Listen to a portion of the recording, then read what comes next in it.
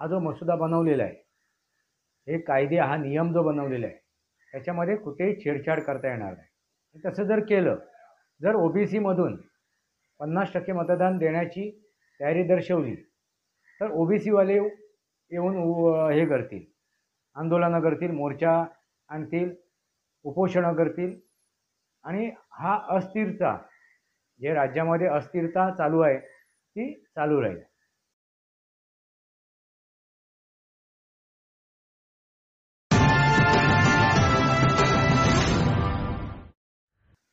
नमस्कार मित्रांनो, वास्तवावर बोलू काहीतरी या शृंखलेमध्ये पुन्हा एकदा आपलं स्वागत।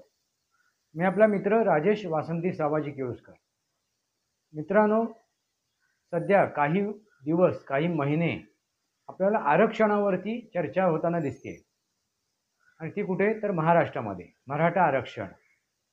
जरांगे पाटील हे आंदोलनं करतायत, उपोषणं करतायत आणि त्याच्या मागे काही संख्याने मराठा उभे आहेत आणि ते आरक्षण मिळवण्यासाठी धडपडत आहेत गेले कित्येक वर्ष। म्हणजे जरांगे तर आता वर्ष दीड वर्षापासून बसत आहेत उपोषणाला, पण त्या अगोदर सुद्धा तुम्हाला देवेंद्र फडणवीस यांचं सरकार होतं त्यावेळी तुम्हाला या मराठ्यांचे मोर्चे दिसले असतील, लाखोनी मोर्चे निघालेले दिसले असतील।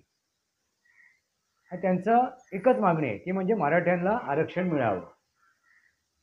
मित्रांनो, हे पॉसिबल आहे का? हे साध्य होऊ शकते का? याच्यावरती मी व्हिडिओ बनवलेले आहेत मित्रांनो। तर ते पॉसिबल नाही आहे, ते शक्य नाही आहे।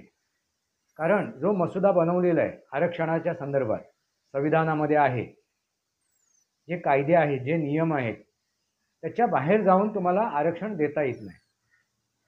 50% आरक्षण आहे आणि 50% ओपन आहे। म्हणजे त्याच्यामध्ये जे वरच्या जातीचे आहेत असं म्हटलं जाते, संबोधलं जाते, त्यांच्यासाठी 50% आहे आणि 50% आरक्षण आहे। ओबीसी असेल, एसटी असेल, एससी असेल, शेड्यूल कास्ट असेल, अशा लोकांसाठी आहे। मित्रांनो, त्याच्या बाहेर जाता येत नाहीये आणि त्याच्या बाहेर जाऊन ते आरक्षण मिळावं अशी आता मागणी केली जाते मराठ्यांकडून आणि ती गोष्ट साध्य नाही मित्रांनो, शक्य नाही। जर हा मसुदा बदलण्याचा प्रयत्न केला किंवा ओबीसीमधून 50% ओबीसींचा जो वाटा आहे त्या वाट्यामधून 50% मराठ्यांना आरक्षण द्यावं अशी मागणी केली जाते मित्रांनो, तीही शक्य नाही आहे। हा जो मसुदा बनवलेला आहे, हे कायदे हा नियम जो बनवलेला आहे त्याच्यामध्ये कुठेही छेडछाड करता येणार नाही। तसं जर केलं, जर ओबीसीमधून 50% मतदान देण्याची तयारी दर्शवली तर ओबीसीवाले येऊन हे करतील, आंदोलनं करतील, मोर्चा आणतील, उपोषणं करतील आणि हा अस्थिरता, जे राज्यामध्ये अस्थिरता चालू आहे ती चालू राहील।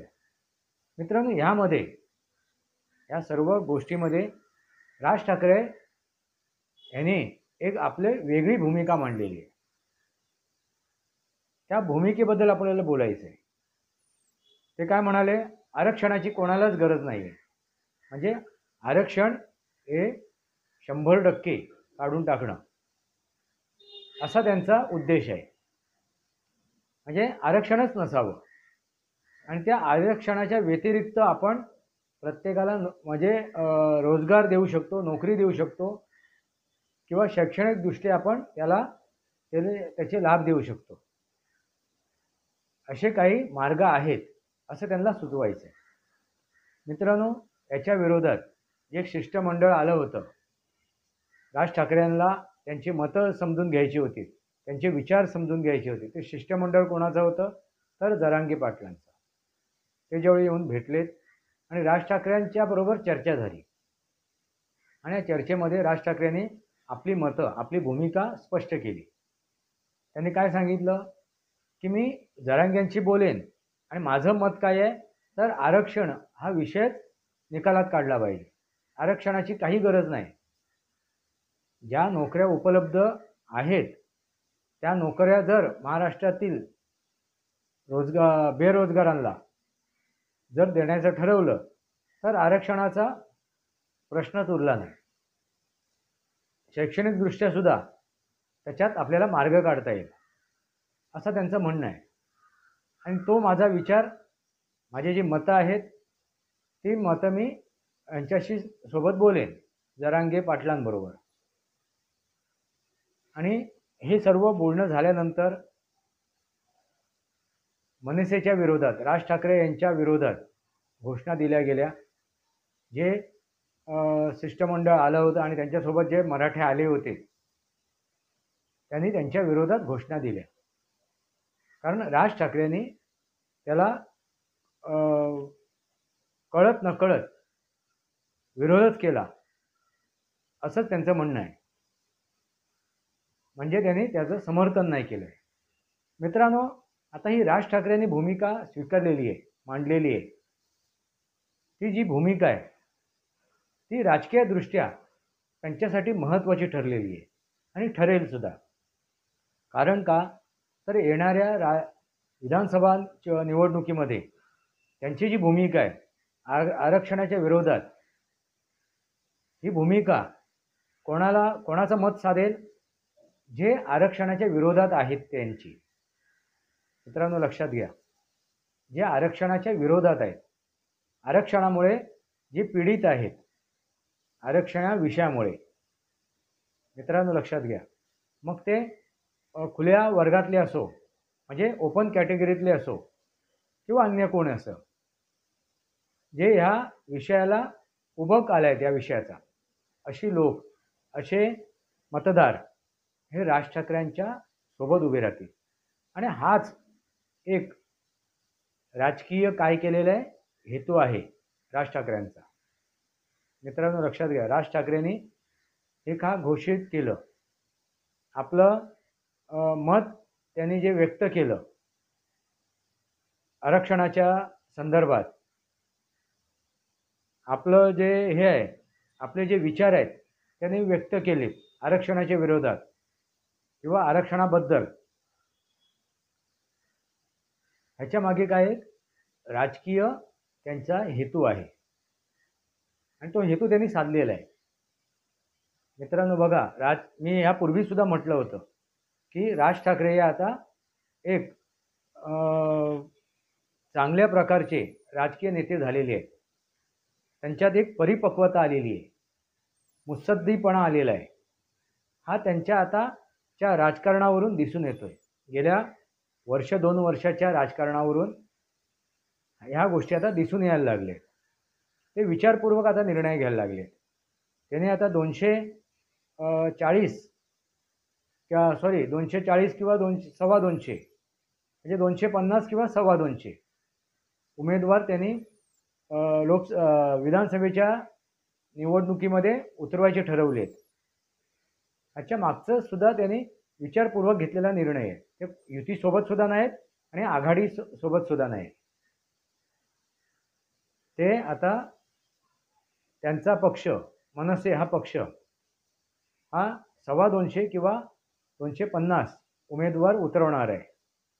मित्रांनो, हा जो विचार त्यांनी केला आहे ना, तर एकंदरीत जो महाराष्ट्रामध्ये जो गदारोळ चालू आहे आघाडी आणि युतीमध्ये, त्याला समोर ठेवून केलेला आहे.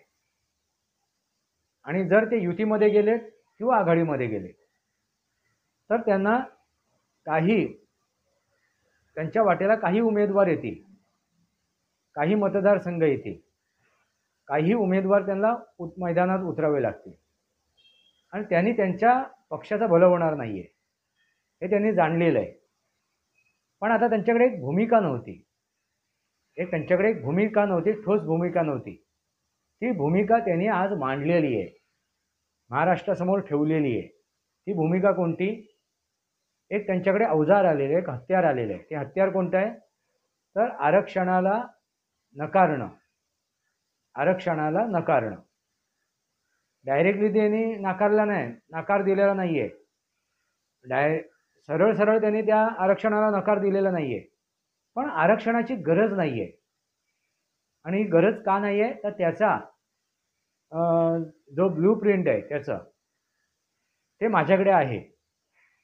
असं त्यांचं म्हणणं आहे. महाराष्ट्राला आरक्षणाची गरज नाही आहे, त्याचं ब्लूप्रिंट त्यांच्याकडे आहे. त्यांच्याकडे तो रोड मॅप आहे की अशा प्रकारे मी जर हे राज्य उभं केलं, राज्य चालवलं, तर मला आरक्षण देण्याची गरज पडणार नाही. जे काय बेरोजगारी आहे, जे काय आरक्षणासाठी शैक्षणिकदृष्ट्या असेल किंवा रोजगारीच्या दृष्टीने असेल, जो बागुलबुवा उभा केला जातोय आरक्षणाचा, तो गरज पडणार नाही, त्याची गरज पडणार नाही, त्याचा काही उपयोग ते निरुपयोगी ठरेल. आणि खुल्या वर्गामध्ये सर्वांना आपण रोजगार देऊ शकतो, असं त्यांचं म्हणणं आहे. आणि तो रोड मॅप त्यांच्याकडे तयार आहे, असं त्यांचं म्हणणं आहे. आणि ही गोष्ट कोणाला भावणार आहे? जे आरक्षणाच्या विरोधात आहे. आता जे 50% जे आहेत ना मतदार, मित्रांनो लक्षात घ्या, काय साध्य केलंय राज ठाकरेंनी, काय साध्य केलंय? 50% मतदारांना त्यांनी काय केलंय? आकर्षित केले आपल्याकडे.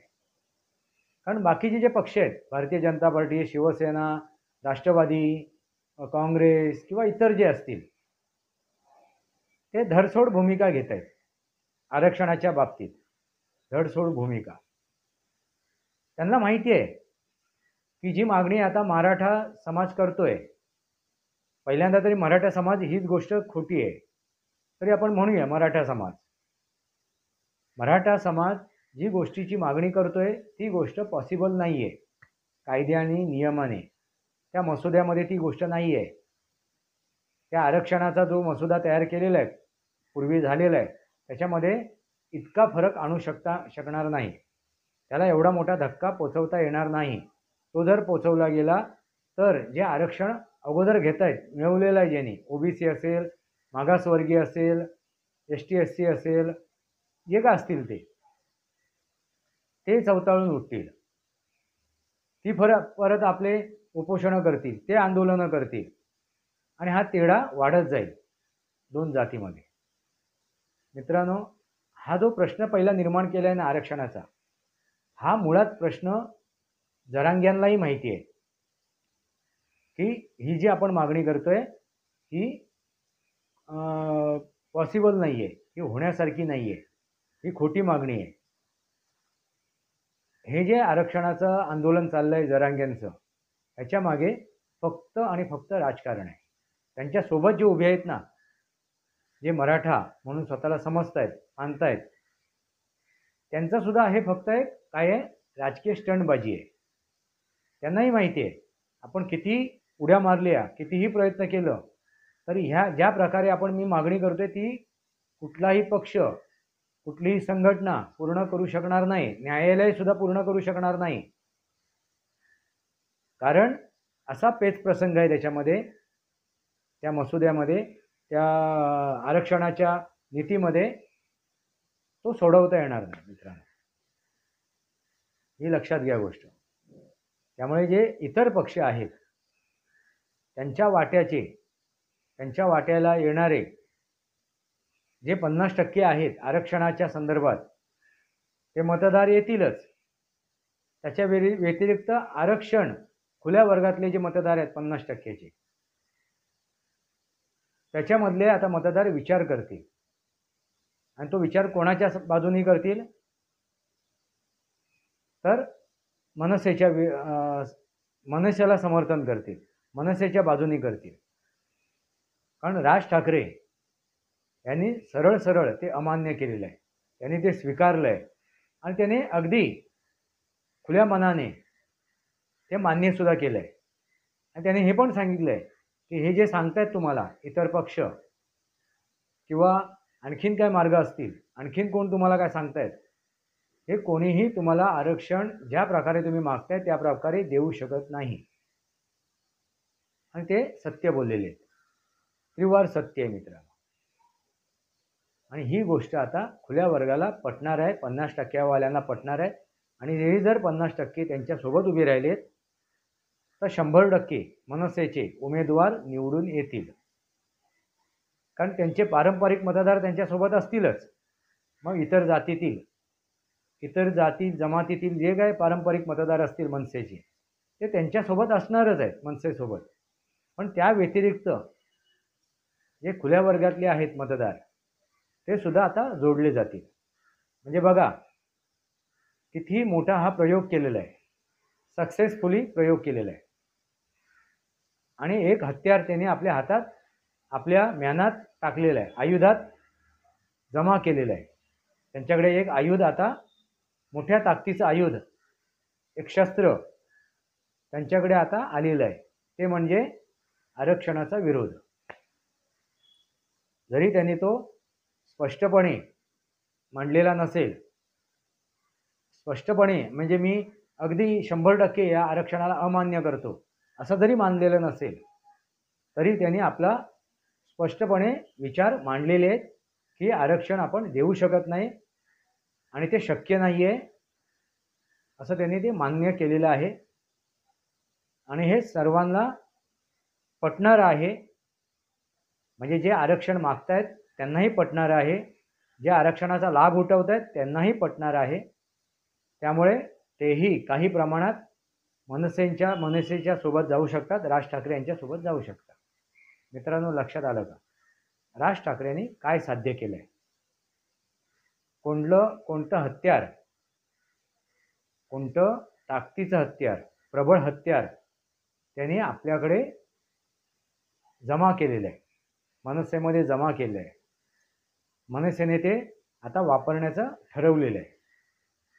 मित्रांनो, लक्षात आलंच असेल, जरांगे पाटील असो किंवा त्यांच्यासोबत असलेले मराठा असो किंवा त्यांच्या विरोधात उभे राहिलेले मराठा असो किंवा ते हाके आहेत त्यांच्यासोबत असलेले ओबीसी असो, सर्वांची ही गोष्ट लक्षात आलेली आहे.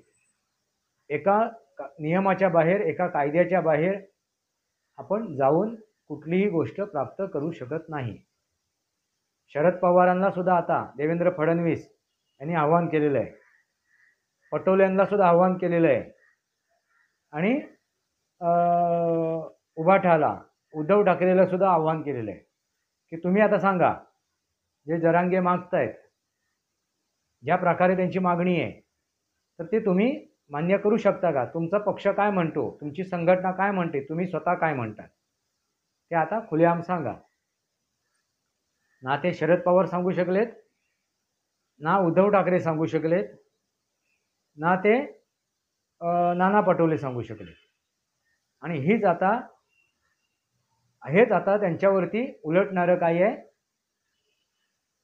त्यांनी जे केलेलं राजकारण आहे, त्यांनी जे केलेलं षडयंत्र आहे, हे षडयंत्र म्हणजे कोणी महाविकास आघाडीने जे षडयंत्र रचलं होतं, आता ते त्यांच्यावरतीच उलटण्याच्या स्थितीत निर्माण झालेलं आहे. त्याचा लाभ आता युतीसुद्धा घेईल आणि मनसेसुद्धा घेतील. मित्रांनो, लक्षात घ्या, युतीही त्याच्यात लाभ उचलू शकते आणि मनसेही लाभ उचलू शकतात. कारण आता जे मराठा किंवा ओबीसी किंवा अन्य कोण जे आहेत आरक्षणासाठी आंदोलनं करतायत, उपोषणं करतायत, ते जर आता येऊन आघाडीच्या सोबत असलेले आघाडीचे जे घटक दल आहेत त्यांना जर प्रश्न विचारला इंडिया आघाडी, तर ते उत्तर देऊ शकत नाहीत, त्यांची मागणी मान्य करू शकत नाहीत. हे आता स्पष्ट झालेले आहे. असो मित्रांनो, आपल्याला काय वाटते? आरक्षण जसं जरांगे पाटील आरक्षण मागतायत ते त्यांना बहाल होऊ शकते का? माझ्या श्रोत्यांना एक प्रश्न आहे, त्यांनी उत्तर द्यावं. मग तो मराठा असो, ओबीसी असो, शेड्यूल कास्ट असो, ST SC असो, कोणी असो, त्यांनी उत्तर द्यावं. आणि आरक्षण जावं का? शेवटी स्वकर्तृत्वावरती, मेहनतीवरती, कुवतीवरती आपण एखादी गोष्ट साध्य केली तर त्या गोष्टीचं जी चव असते ना, ती सुद्धा खूप न्यारी असते, वेगळी असते. मित्रांनो, मी सुद्धा एक ओबीसी आहे, म्हणजे सरकारी ओबीसी. मी स्वतःला इतर मागासवर्गीय समजत नाही, पण सरकारी माझ्या नावासमोर ओबीसी असं लावलं जाते. मित्रांनो, मी ओबीसी मानत नाही स्वतःला. आणि माझ्या स्वकर्तृत्वावरती, स्वहिमतीवरती, स्वकुवतीवरती मी जे काय साध्य केलं आहे ते कुठल्याही आरक्षणाचा लाभ उठवून नाही केलं आहे. माझ्या मुलीसाठी सुद्धा मी आरक्षणाचा वापर केलेला नाही आहे. मित्रांनो, लक्षात घ्या, आता तुम्हाला दिनदुबळे होऊन आरक्षण स्वीकारायचं आहे, मागणी करायची आहे, आरक्षणासाठी लागून चालन करायचं आहे की नाही हे तुम्ही ठरवा. आता माझ्या मते तर राज ठाकरे जे बोलत आहेत ते बरोबर आहेत आणि आरक्षण आता या भारतातून नेस्तनाबूत होणं गरजेचं आहे. अन्यथा जी गोष्ट बांगलादेशमध्ये झाली आरक्षणावरनं, तीच गोष्ट या देशात सुद्धा होणार आहे, होऊ शकते. आपल्याला काय वाटते? वास्तवावर बोलू काहीतरी या शृंखलेला सबस्क्राईब करा, बेल आयकॉन दाबा, माझे विचार पड असेल लाईक करा, आपले विचार कमेंट बॉक्समध्ये लिहा. तुर्तास इतकंच. भारत माता की जय, वंदे मातरम. जय भारत, जय महाराष्ट्र.